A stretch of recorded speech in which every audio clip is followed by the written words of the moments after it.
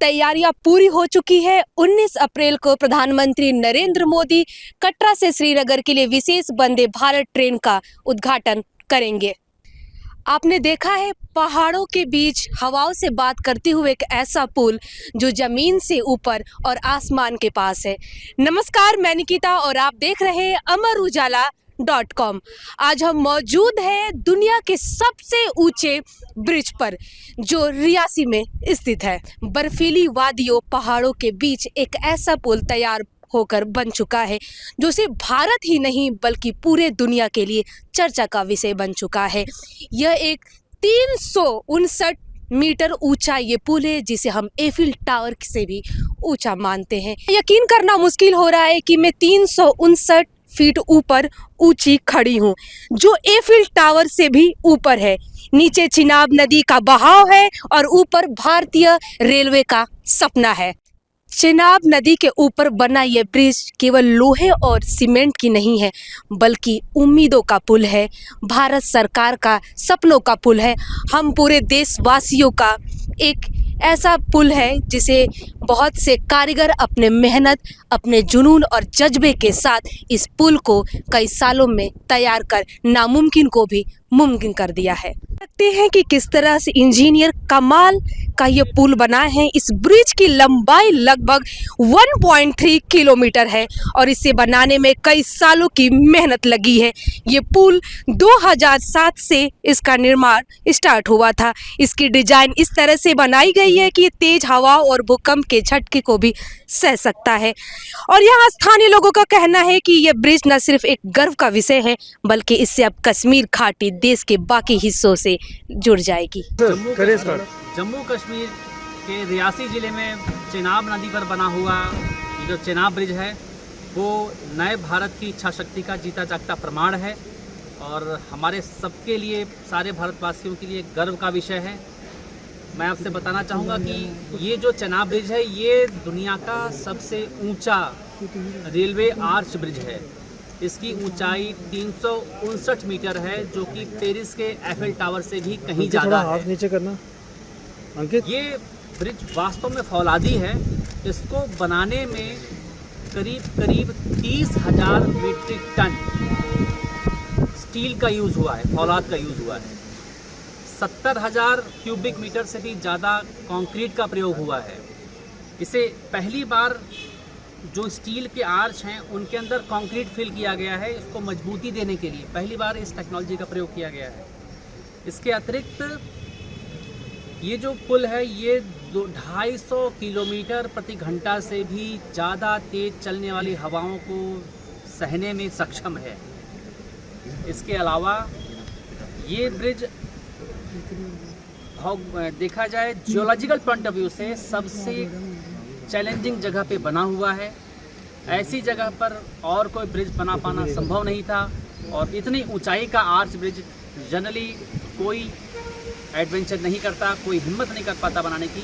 लेकिन ये नए भारत के कुशल इंजीनियर हैं, दृढ़ इच्छा शक्ति है जिसका परिणाम है, जिनके इच्छा शक्ति का दिन रात मेहनत का परिणाम है। और हमारा जो शीर्ष नेतृत्व है, देश का जो शीर्ष नेतृत्व है उसकी इच्छा शक्ति का और अच्छे मार्गदर्शन का परिणाम है, उसके विज़न का परिणाम है कि ये ब्रिज आज एक जो सपना हमने देखा था सालों पहले 1994-95 में ये वर्क सैंक्शन हुआ था, उस समय ये जो सपना देखा गया था आज वो सपना पूरा हुआ है और जल्दी ही इस पर ट्रेन चलने वाली। नरेंद्र मोदी आ रहे हैं 19 को इनॉग्रेशन के लिए, किस तरह की तैयारियां?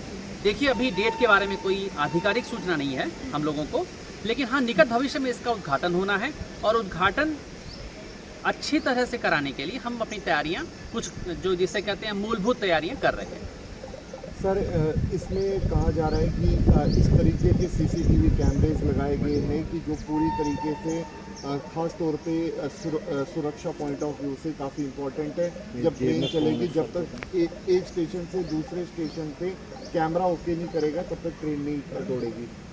देखिए ये जो USBRL है उधमपुर श्रीनगर बारामूला रेल लिंक, ये 272 किलोमीटर लंबी है। पूरी जो रेल लिंक है इसकी लंबाई है 272 किलोमीटर। कहने में ये 272 किलोमीटर छोटा लगता है, लेकिन चैलेंजेस की बात करें और हिमालय की जो जोग्राफिकल जो एक वो है, क्योंकि ये नवीन वलित पर्वत है, न्यूली फोल्डेड माउंटेन है, और यहाँ से ही होके फॉल्ट गुजरता है। फॉल्ट क्या होता है? सीस्मिक एक्टिविटी के लिए प्रोन होता है। उसकी जो चट्टानें होती हैं, वो जो पहाड़ होते हैं, वो हाईली अनस्टेबल होते हैं। ऐसे में यहाँ पर रेलवे लाइन बिछाना, यहाँ पर ट्रैक बिछाना बहुत चैलेंजिंग काम था। और एक मैं आपको छोटी सी बानगी देना चाहूँगा, इस 272 किलोमीटर के क्षेत्र में से 119 किलोमीटर तो सिर्फ टनल है, 36 टनल हैं। क्या उस टनल में सीसीटीवी लगे? मैं बता रहा हूँ, मैं आपके सवाल के एक सवाल का जवाब दूंगा। इसके अलावा एक ब्रिज बनाने में 4 से 5 साल लगते हैं, 6 साल लगते हैं। इस प्रोजेक्ट में लगभग 1000 ब्रिज हैं। और सुरक्षा बहुत बड़ा चैलेंज है, क्योंकि जो हमारी सबसे बड़ी टनल है वो लगभग 12.7 किलोमीटर लंबी है। ऐसे में बहुत सारे जोग्राफिकल चैलेंजेस हैं, सिक्योरिटी रिलेटेड चैलेंजेस हैं, ऑपरेशनल चैलेंजेस हैं, जिनको मिट आउट करने के लिए टनल का ही नहीं, ट्रैक का चप्पा चप्पा सीसीटीवी सर्विलांस से युक्त है। अलग अलग जगह कंट्रोल रूम बनाए गए हैं, ओइची के कंट्रोल रूम बनाए गए हैं। जो बहुत लंबी टनल होती है उसमें गैसेस की निगरानी, गैसेस की क्वांटिटी की, उनके कंसंट्रेशन की निगरानी की जाती है, और पूरी तरह सेफ्टी का ख्याल रखना चाहिए। टनल में कई जगह एग्जॉस्ट लगे हुए हैं, जो कि गैसियस बैलेंस जो है वो बनाने में बेहतर करने में मदद करते हैं। इसके अलावा कई टनल्स के साथ में एस्केप टनल बनाई गई हैं, ताकि यदि कोई परेशानी होती है तो लोग एस्केप टनल का यूज़ करके निकल सकें। जो बड़ी टनल्स हैं, जो इस तरह की वल्नरेबल टनल्स हैं, वहाँ पे एस्केप टनल भी बनाई गई है।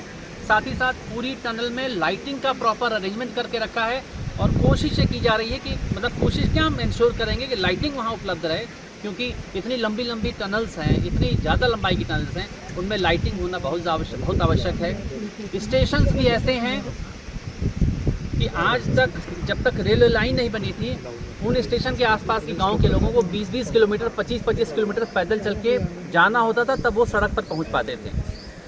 तो इन सुरक्षा के पॉइंट ऑफ व्यू से, ऑपरेशनल फिजिबिलिटी के पॉइंट ऑफ व्यू से, ये जैसे आपने कहा, सीसीटीवी के माध्यम से निगरानी की जाएगी। Control rooms, mini control rooms कई जगह बनाए गए हैं।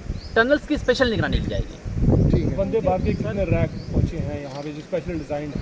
देखिए, अभी कुल मिला के 2 रैक हमारे पास उपलब्ध हैं, और ये इनको स्पेशली डिज़ाइन किया गया है, ये बर्फबारी में और सब जीरो टेम्परेचर पर भी अच्छी प्रकार से वर्क कर सकें। सर, ट्रायल रन जो है वो पूरी हो चुकी है, कि हम जैसे कि अभी तक ये शेड्यूल हमारे पास जानकारी है कि 19 को आएंगे जी। क्या वो जो अब कश्मीर घाटी तक ट्रेन जानी है, कटरा से कश्मीर घाटी तक ट्रेन जाने के लिए पूरी तरह से तैयार है आप लोग? पूरा प्रशासन तैयारी कंप्लीट है? देखिए, हमारी CRS इंस्पेक्शन हो चुका है, CRS ऑथराइजेशन मिल चुका है, उसमें जो पॉइंट्स थे वो सारे लगभग कंप्लाई हो चुके हैं।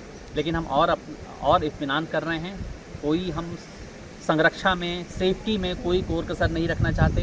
हम लोग लगातार टेस्टिंग कर रहे हैं, लगातार ट्रायल्स कर रहे हैं, और अब हम लोग लगभग इस स्थिति में हैं कि इस सेक्शन में ट्रेन चला सकते। तो ये था चेनाब ब्रिज, जहां वादियां चुप है और पुल बोल रहा है एक नए कल की कहानी। जब इस पुल पर पहली बार ट्रेन गुजरेगी तो इस पटरी पर पहिए नहीं दौड़ेंगे, देश का नया इतिहास रचा जाएगा। कैमरा पर्सन अरुण के साथ मैं निकिता, अमरउजाला.com।